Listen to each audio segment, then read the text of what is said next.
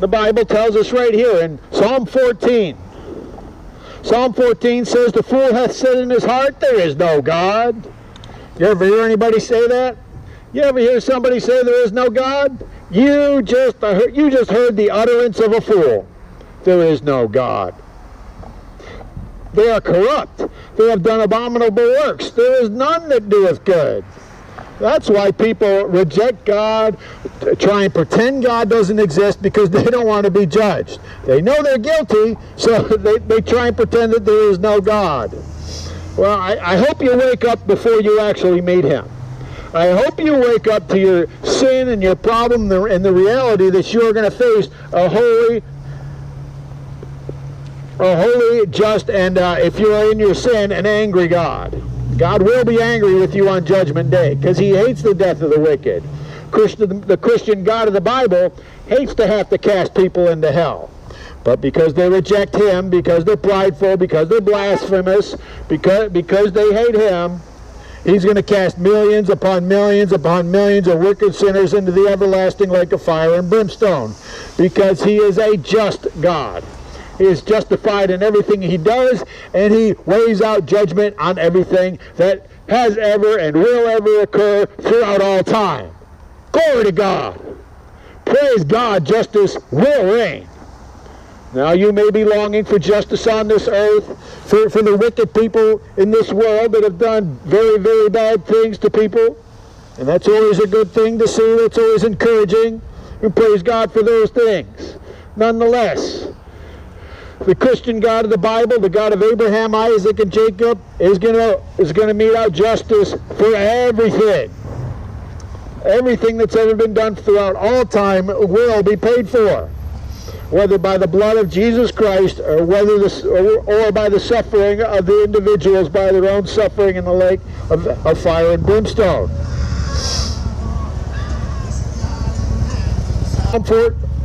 Psalm 14 goes on to say, the Lord looked down from heaven upon the children of men to see if there were any that did understand and seek God. What did God find? They're all gone aside. They're all together become filthy. There is none that doeth good. No, not one. No, not you. God looked down from heaven. He saw you. You know what he saw? He saw you going aside. He saw you altogether becoming filthy. He saw you doing no good. No good whatsoever. That should be grievous unto your soul.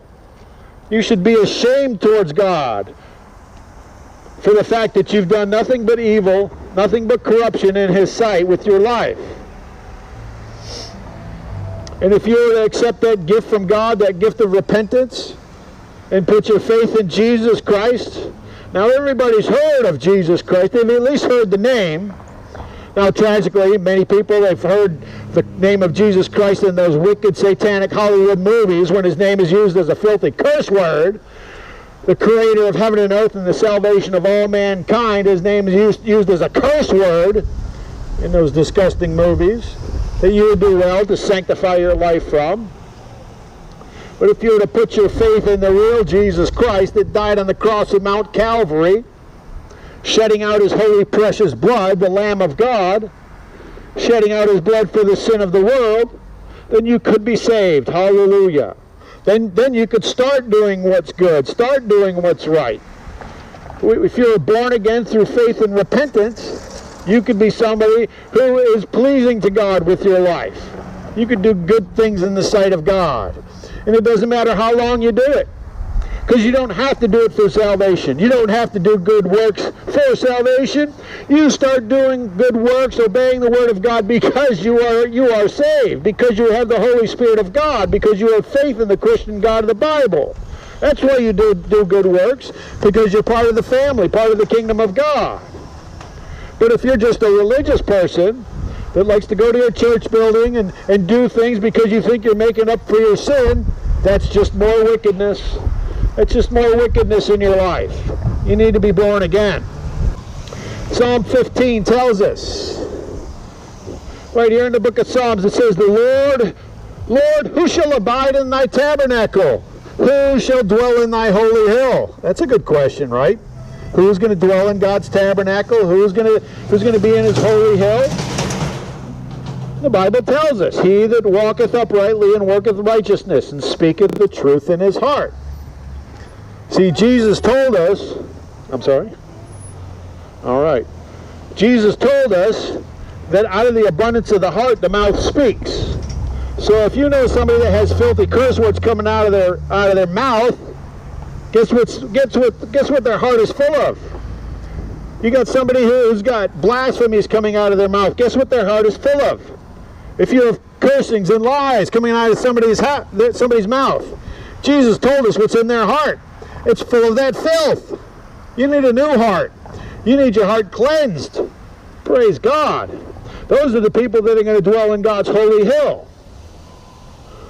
He that backbiteth not will dwell in God's holy hill.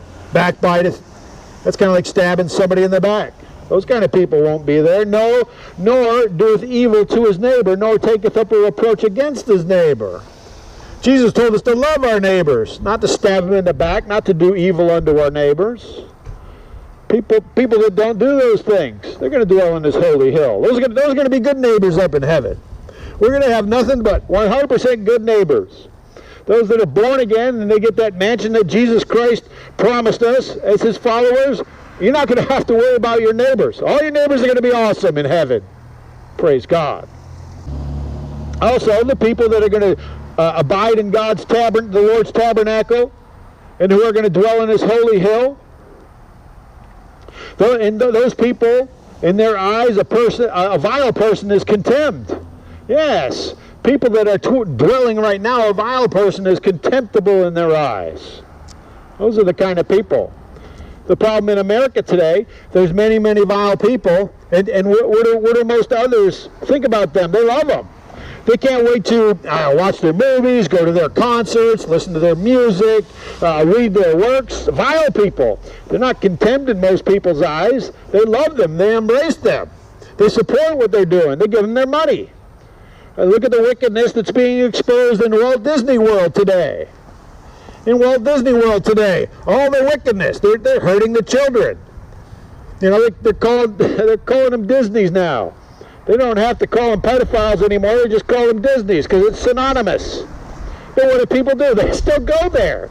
They still spend their money there. They still have fun there. They eat the food and they walk around in the midst of that filth. You know why? Because they're not going to dwell in God's holy hill and they're not going to abide in God's temple.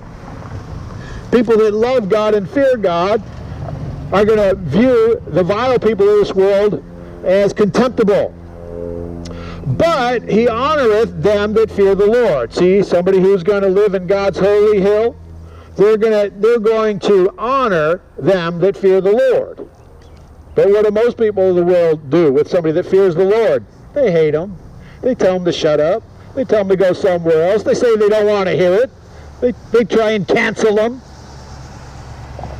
Those people aren't going to dwell in God's holy hill, and they're not going to abide in his tabernacle.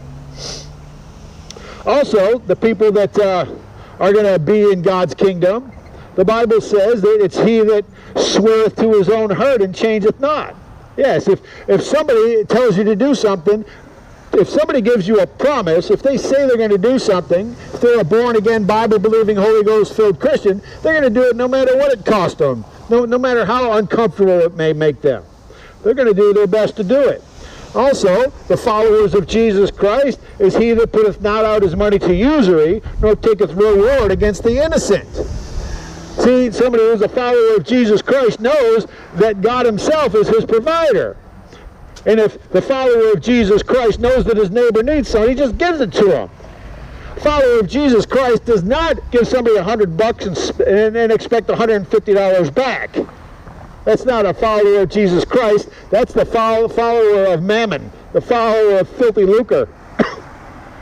The follower of Jesus Christ gives gifts because everything he has was already a gift from God. Praise God. You don't have to put your money out to usury. Also, the follower of Jesus Christ, a part of the body of Christ, part of the kingdom of God, he that doeth these things shall never be moved. Yes, If you have your faith in Jesus Christ, if you have read His Word, believe His Word, obey His Word, have your faith in His Word, get your comfort in His Word, fill your heart with His Word, you're not going to be moved by the things of this world. You realize the things of this world are passing away. It's only temporary. This earth had a beginning and it had an end. And one of these days, it's going to end. And all the wickedness is going to be taken care of. It's all going to be washed up. And then somebody who's part of the body of Christ, you're not going to be moved. You're going to stand firmly on the rock, which is Jesus Christ. Praise the Lord. Jesus Christ is the rock of our salvation. We shall never be moved.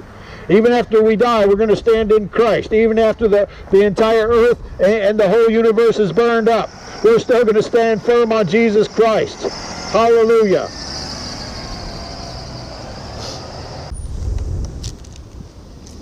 See, the problem in America today is sin. Your sin. Your neighbor's sin. The government's sin. Sin, sin, sin. Leads to hell, hell, hell. That's where it leads. That's where it'll get you. Your sin may make you feel right for a little while. Maybe you smoke some marijuana, or maybe you get your hands on somebody you're not married to. Maybe you look at something that pleases your flesh, which in your heart of hearts you know it's wrong. You know it's no good. That's not going to help you. That leads to death. The Bible says right here, Romans chapter 3, it says both Jew and Gentiles, that's everybody on the face of the earth, both Jew and Gentiles, that they are all under sin. As it is written, there is none righteous, no, not one.